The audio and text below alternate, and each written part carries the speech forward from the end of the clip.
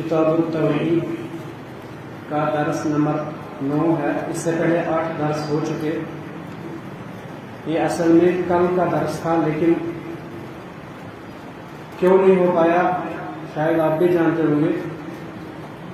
تو جو بات کل کہنی تھی وہ میں آج کہوں گا اور جو آج کہنی تھی وہ نئے ہفتے کہوں گا. اس کی اہمیت آپ کو لاسٹ پہ انشاءاللہ ضرور معلوم ہوگی.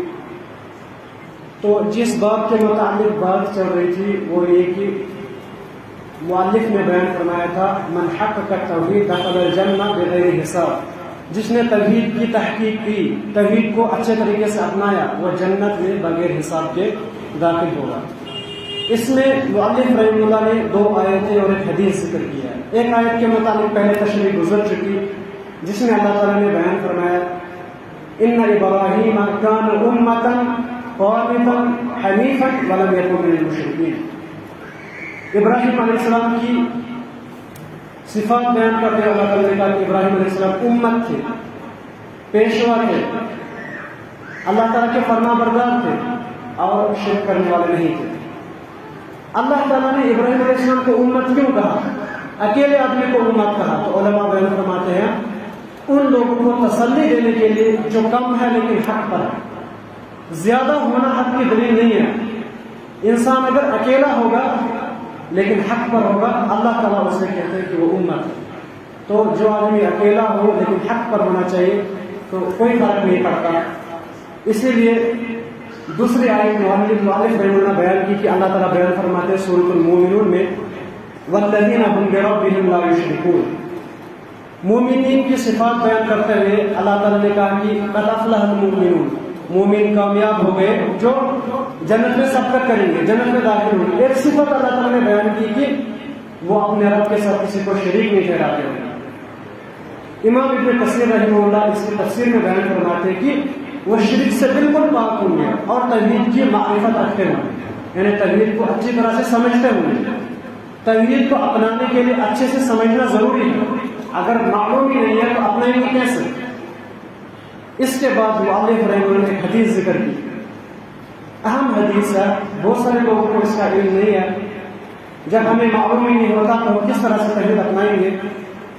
حدیث صحیح بخاری کتاب الرقاق، صحیح مسلم کتاب الایمان میں ہے، یعنی متفق علیہ حدیث ہے بخاری مسلم میں. حسین بن عبد الرحمن بیان کرتے ہیں. حسین بن عبد الرحمن ایک تابعی تھے. 136 ہجری میں ان کی وفات ہوئی. وہی بیان کرتے کہ قال كنت عند سعید بن جبیر، میں سعید بن جبیر کے پاس تھا.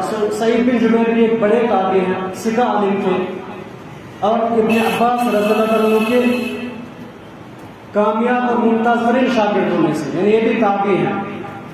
وہ بیان کرتے ہیں حسین بن عبد الرحمن کہتے ہیں کہ میں سعید بن جبیر کے پاس تھا تو انہوں نے بیان فرمایا ایکم رأى الكوكب الذي انقض البارحة، آپ لوگوں میں سے کس نے دیکھا جو کل رات ایک تارا ٹوٹا؟ آپ لوگوں میں سے کس نے دیکھا؟ تو حسین بن عبد الرحمن کہتے ہیں کہ فقلت انا، میں نے کہا کہ میں نے دیکھا رات کو تارے کے ٹوٹتے ہوئے. لیکن کہتے میں نے ساتھ میں یہ بھی کہا اما انی لم اکن اصلی لم اکن فی صلاتی ولکنی رددت. حسین بن عبد الرحمن نے کہا کہ میں نے دیکھا تارا ٹوٹا لیکن یہ چیز خود ہی بیان کی کہ سبھی سن لو، میں اس وقت نماز نہیں پڑھ رہا تھا کیونکہ رات کا ٹائم تھا. لوگ شاید انہوں نے سوچا لوگ یہ گمان کریں گے رات کو بیٹھے تھے شاید یہ تہجد پڑھ رہے ہوں. حالانکہ تہجد گزار تھے لیکن اس ٹائم نہیں پڑھ رہے تھے. کہا میں اس ٹائم نماز نہیں پڑھ رہا تھا، البتہ کسی زہریلے جانور نے مجھے کاٹا تھا، مجھے وہی تکلیف ہو رہی تھی اس لیے میں نے سویا تو میں نے وہ تارا ٹوٹتے ہوئے دیکھا. تو یہاں پر ایک چیز معلوم ہوتی کہ سلف میں کتنا اخلاص تھا. کوئی عمل کرتے بھی تھے پھر بھی چھپاتے تھے، لیکن ہم لوگ جان بوجھ کر کچھ ایسا کرتے ہیں تاکہ لوگ ہمیں دیکھیں. بڑی بڑی تسبیحات لے کے پھر ذکر کرتے ہیں تاکہ لوگ دیکھیں، اپنے ہونٹوں کو ہلاتے رہتے ہیں تاکہ لوگ دیکھیں. لیکن اللہ تعالیٰ سے دعا کہ اللہ تعالیٰ ہمیں بھی سلف کی طرح مخلص بننے کی توفیق دے. عبداللہ بن عباس ایک عورت سے گزرے تھے، ایک عورت کے سامنے سے گزرے. سنن دارمی کی حدیث ہے، صحیح حسن روایت ہے. فرماتے ہیں کہ ایک عورت تسبیح کو لے کر اللہ تعالیٰ کا ذکر کرے تو ابن عباس نے اسے پھاڑ دیا، اسے کاٹا اور پھینک دیا. اسی طرح سے ایک آدمی کنکریوں کے چھوٹے چھوٹے پتھر لے کے ذکر کر رہا تھا، تو ابن عباس نے انہیں لات ماری، بولا آپ نے تو بدعت ایجاد کی، آپ نے صحابہ پر سبقت کی، تو صحابہ تو اس طرح سے نہیں کرتے تھے۔ تو بہرحال کہنے کا مقصد یہ ہے کہ سلف جو بھی نیک عمل کرتے ہیں وہ چھپانے کی کوشش کرتے ہیں۔ تو اس کے بعد کہتے ہیں کہ سعید بن جبیر نے مجھ سے کہا فما صنع، پھر آپ نے کیا کیا جب آپ کو جانور نے کاٹا تھا تو آپ نے کیا کیا؟ فرماتے ہیں میں نے کہا کہ استرقیت، میں نے دم کروایا۔ تو سعید بن جبیر نے کہا آپ نے دم کیوں کروایا؟ سلف کی عادت تھی جب کوئی بات سنتے، کوئی عمل سنتے، اسلام میں دلیل پوچھتے تھے آپ نے کیوں کیا، آپ کو کس چیز نے اس پر ابھارا کہ یہ کرو دم کروا؟ تو کہتے ہیں میں نے اس وقت ان سے کہا کہ حدیث حدثنا الشعبی، میں نے حدیث امام شعبی سے سنی ہے، انہوں نے بیان کیا ہے بریدہ بن حصیب سے، کہتے ہیں کہ اللہ کے نبی علیہ السلام نے بیان فرمایا لا رقیۃ الا من عین او حمۃ، دم نہیں کروایا جا سکتا الا کہ دو چیزوں کو جیسے ہم دم کروا سکتے ہیں، ایک یہ کہ یا تو کوئی زہریلا جانور ہمیں کاٹے یا تو پھر ہمیں نظر لگ جائے۔ تو یہ حدیث وہ کہتے ہیں کہ میں نے حدیث سنی تھی اس لیے میں نے دم کروایا۔ پھر امام سعید بن جبیر نے کہا کہ قد احسن من انتہا، آپ نے بہت اچھا کیا، آپ نے حدیث سنی، آپ نے عمل کیا، بہت اچھی بات ہے، صحیح حدیث ہے، لیکن کہا ایک بات سن ولکن حدثنا ابن عباس، لیکن ہم کو حدیث بیان کی ابن عباس نے، اہم یہ نقطہ ہے ہم جو اس باب میں ہے۔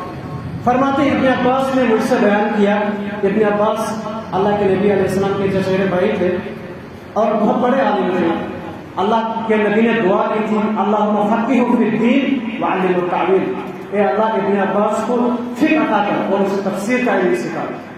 اور عمر رضی اللہ عنہ بیان کرتے تھے کہ اگر ابن عباس کو ہمارے برابر عمر ہوتی کیونکہ وہ چھوٹے تھے، وہ کہتے ہیں اگر ہماری طرح رسول اللہ صلی اللہ علیہ وسلم کے ساتھ بیٹھے ہوتے ہمیں ابن عباس کا 10واں حصہ بھی نہیں حاصل ہوتا، اتنا علم تھا میرے پاس۔ انہوں نے حدیث روایت کی کہ اللہ کے نبی علیہ السلام نے بیان کیا، فرمایا عرضت علی الامم، اللہ کے نبی بیان فرماتے کہ مجھے امتیں پیش کی گئی، شاید یہ معراج کا واقعہ ہے، بعض علماء کے کہنے کی خواب کی بات ہے، اللہ کے نبی علیہ السلام کو امتیں دکھائی گئی، فرماتے ہیں فرأیت النبی مع الرہب، میں نے کچھ نبی ایسے دیکھے جن کے ساتھ الرہب کہتے ہیں 3 سے 10 تک، یا تو 4 لوگ تھے یا 5 لوگ تھے یا اس سے زیادہ تھے 10 تک، اور فرماتے ہیں والنبی ومع الرجل والرجل، اور کچھ نبی مجھے ایسے دکھائے گئے جن کے ساتھ صرف ایک آدمی تھا، یعنی صرف ایک آدمی نے دعوت قبول کی تھی۔ اسی طرح سے بیان فرماتے اللہ کے نبی علیہ السلام اسی دوران میں نے کچھ انبیاء ایسے بھی دیکھے جن کے ساتھ کوئی نہیں تھا، جن کی دعوت کو کسی نے قبول نہیں کیا تھا، لیکن چل رہے تھے، اکیلے تھے۔ اس کے بعد کہتے ہیں اسی حال میں تھا میں کہ اذا رفع لی ثواب عظیم، پھر میں نے اچانک سے بڑی جماعت دیکھی، فرماتے ہیں فقلت فظننت، میں نے گمان کیا انہم امتی، شاید یہ میری امت ہے، بہت بڑی جماعت ہے، لیکن فرماتے ہیں فقیل علی، مجھ سے کہا گیا ھذا موسیٰ وقومہ، فرماتے ہیں مجھ سے کہا گیا کہ یہ موسیٰ علیہ السلام ان کی قوم ہے۔ اس کے بعد کہتے ہیں فنظرت فاذا ثواب عظیم، پھر میں نے ایک بڑی جماعت دیکھی، فقیل علی، مجھ سے کہا گیا ھذا امتک، یہ آپ کی امت ہے، یا اللہ کے نبی علیہ السلام بیان فرماتے ہیں میں نے ایک بڑی جماعت دیکھی تو مجھ سے کہا گیا یہ آپ کی امت ہے۔ اس کے بعد اصل الفاظ جو ہمیں اس موضوع کے ساتھ تعلق رکھتے ہیں، فرماتے ہیں مجھ سے کہا گیا وَمِنْهُمْ 70,000، ان میں 70,000 لوگ ایسے ہیں يَدْخُلُونَ الْجَنَّةَ بِغَيْرِ حِسَابٍ وَلَا عَذَابٍ، جو جنت میں بغیر حساب و کتاب، بغیر عذاب کے داخل ہیں۔ تو اللہ کے نبی علیہ السلام نے یہ بات بیان فرمائی کہ مجھے امت پیش کی گئی کہ 70,000 لوگ کہا گیا ان میں سے ایسے ہیں جو بغیر حساب و کتاب جنت میں داخل ہوں گے۔ دوسری روایت میں ہے، وہ بھی صحیح بخاری مسلم میں، کہ اللہ کے نبی نے کہا کہ میں نے پھر اللہ تعالیٰ سے دعا کی اے اللہ ان میں اور زیادتی کر، 70,000 کم ہے، آپ اور بڑھا دیجیے۔ فرماتے ہیں فزادنی، اللہ تعالیٰ نے مجھے زیادہ کر دیا، مع کل 1070، ہر کسی 1000 کے ساتھ 70,000، یعنی جو 70,000 تھے ان میں سے ہر کسی 1000 کے ساتھ 70,000 بڑھا دیے، یعنی اتنے لوگ بغیر حساب و کتاب جنت میں داخل ہو گئے۔ لیکن پھر اللہ کے نبی صلی اللہ علیہ وسلم یہ بات کہہ کر اپنی مجلس سے اٹھ گئے اور اپنے گھر میں داخل ہو گئے۔ اس کے بعد راوی کہنے لگے کہ صحابہ جو ہے بحث کرنے لگے، فخاص الناس فی اولئک، وہ کہنے لگے یہ کون لوگ ہوں گے 70,000؟ بعض نے کہا شاید رسول کے صحابہ ہیں، بعض نے کہا وہ لوگ جو اسلام ہی میں پیدا ہوئے اور کسی کے ساتھ اللہ تعالیٰ کسی کو شریک نہیں ٹھہرائے. تو جب وہ یہی بحث کر رہے تھے بعض لوگوں نے اور باتیں کی. اسی دوران اللہ کے نبی علیہ السلام واپس آئے تو صحابہ نے کہا کہ اے اللہ کے نبی آپ نے کہا کہ آپ نے کہا 70,000 لوگ جنت میں داخل ہوں گے. ہم لوگ تو بحث کر رہے تھے لیکن وہ کون لوگ ہیں؟ تو اللہ کے نبی نے فرمایا 4 صفات بیان کی. کہا کہ 4 صفات ان لوگوں میں ہوں گے جو بغیر حساب و کتاب جنت میں داخل ہوں گے. تو میں کل یہاں تک حدیث بیان کرنے والا تھا. آج میں وہ 4 صفات آپ کے سامنے رکھتا لیکن کل درس نہیں ہوا. اب یہ 4 صفات میں اس وقت بیان نہیں کر سکتا, ٹائم بھی ختم ہو گیا اور دوسرے ہفتے تک انشاءاللہ آپ کے دل میں یہ رہے گا کہ کاش ہم نے سن لیا ہوتا وہ 4 لوگ کون تھے. 4 صفات والے لوگ کون ہیں جو بغیر حساب جنت میں داخل ہوں گے. انشاءاللہ وہ 4 صفات اگلے درس میں بیان کروں گا. تب تک آپ بھی تڑپتے رہیے کیونکہ آپ نے درس کا موقع نہیں دیا مجھے کل, ورنہ میں آج بیان کر دیتا. اقول قولی ھذا استغفر اللہ لی ولکم ولسائر المسلمین.